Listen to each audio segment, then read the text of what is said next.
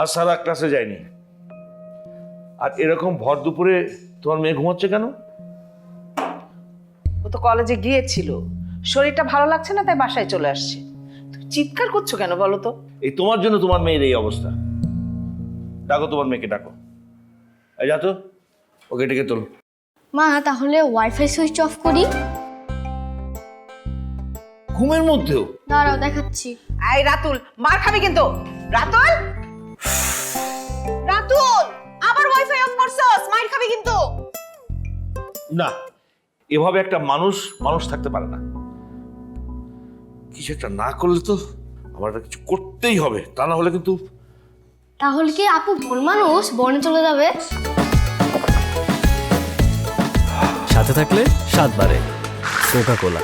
2.5 litre এখন 99 টাকা ও 2 litre 110 টাকা। রাতুল, তুমি কি শুরু করেছো বলো তো ছেলের সামনে? আর রাতুল, যা ঘরে যা, টিচার আসবে।